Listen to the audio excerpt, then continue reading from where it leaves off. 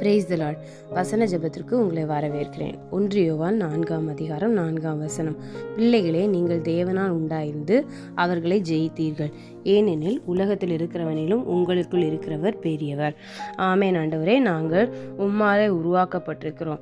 உம்மாலே நாங்கள் உலகத்தை ஜெயிக்கிறோம், ஏனெனில் உலகத்தில் இருக்கிறவனிலும் எங்களுக்குள்ளே இருக்கிறவர் பெரியவர். நீர் எங்களுக்குள்ளே பெரியவராய் வாசம் பண்ணுகிறதுனாலே எங்கள் வாழ்க்கையில் வருகிற ஒவ்வொரு பிசாசுடைய போராட்டங்களை நாங்கள் எதிர்த்து நிற்கிறோம்.